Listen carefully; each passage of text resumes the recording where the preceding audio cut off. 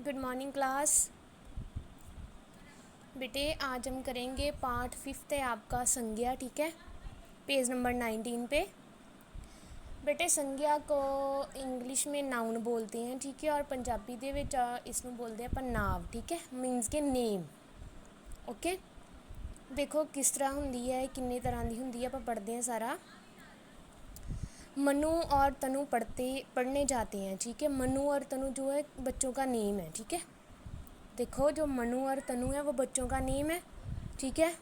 उनका विद्यालय शहर से बाहर है।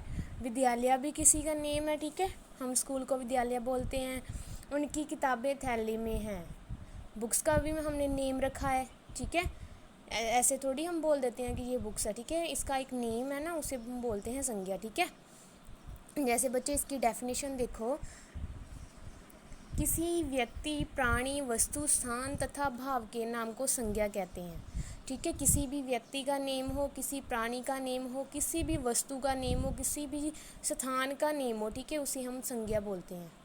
ओके बच्चे, इसके 3 भेद होते हैं, ठीक है। सबसे पहले है व्यक्तिवाचक संज्ञा, ओके। सेकंड वन है जातिवाचक संज्ञा और थर्ड वन है भाववाचक संज्ञा, ठीक है। व्यक्तिवाचक संज्ञा में बच्चे क्या आएगा, व्यक्ति, नेम से ही क्लियर है कि किसी व्यक्ति की बात की जाएगी, ठीक है। किसी भी मतलब जो मेन चीज़ है उसकी बात की जाएगी जो एक ही हो, ठीक है। जैसे देखो जो संज्ञा शब्द किसी विशेष वस्तु, व्यक्ति अथवा स्थान के नाम का बोध कराते हैं वे व्यक्तिवाचक संज्ञा कहलाते हैं। क्या है कि जो संज्ञा शब्द, ठीक है, किसी भी विशेष व्यक्ति का, चाहे कोई भी वस्तु हो, चाहे कोई भी स्थान हो, ठीक है, जो एक हो उसे ही हम बोलेंगे व्यक्तिवाचक संज्ञा, ठीक है।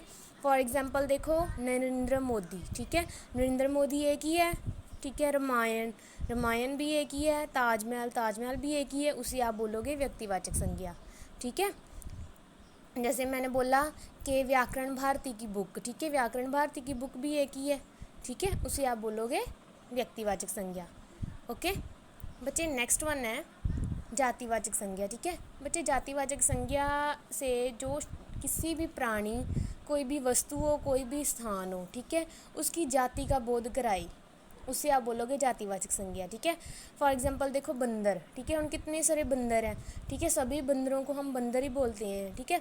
जैसे देखो फ्रूट्स है आम, ठीक है, फ्रूट्स में जो आम है वो एक स्पेशल है, ठीक है, अलग है, उसे आप बोलोगे जातिवाचक संज्ञा, ठीक है। जैसे देखो पार्क की तो बहुत सारी होती हैं, ठीक है, हम हर पार्क को हम पार्क ही बोलेंगे, ठीक है। किसी जाति का बोध हो रहा है, इसे आप बोलोगे जातिवाचक संज्ञा। ओके बच्चे, नेक्स्ट वन है भाववाचक संज्ञा। बच्चे भाववाचक संज्ञा क्या होती है कि जो संज्ञा किसी भी प्राणी की, वस्तु की या किसी भी स्थान हो उसके गुण प्रकट करे, ठीक है, उसे आप बोलोगे भाववाचक संज्ञा, ठीक है। जैसे देखो गरीबी है, गरीबी हम महसूस करते हैं, ठीक है, ये क्या है, भाववाचक संज्ञा, जो हम महसूस कर सके, ठीक है। जैसे देखो बुढ़ापा, ठीक है, बचपन, खुशी, गमी, ये सब क्या है, भाववाचक संज्ञा, ठीक है। बच्चे आई रिपीट कि हमने पढ़ा है संज्ञा, ठीक है। संज्ञा जो है वो क्या होती है, जो भी किसी भी व्यक्ति, वस्तु, प्राणी, स्थान के भाव को प्रकट करे, ठीक है, उसे हम बोलेंगे संज्ञा। और ये 3 प्रकार की होती है। सबसे पहले व्यक्तिवाचक संज्ञा, सेकंड है जातिवाचक संज्ञा और थर्ड वन है भाववाचक संज्ञा। ओके, व्यक्तिवाचक संज्ञा बच्चे जो किसी विशेष, किसी भी प्राणी, किसी भी वस्तु की जो है उसका बोध करवाए, उसे हम बोलेंगे व्यक्तिवाचक संज्ञा, ठीक है। और जातिवाचक संज्ञा जो किसी जाति का बोध करवाए वो होगी हमारी जातिवाचक संज्ञा। और जो चीज़ हम महसूस कर सके, जिसके गुण प्रकट हो सके, उसे आप बोलोगे भाववाचक संज्ञा, ठीक है।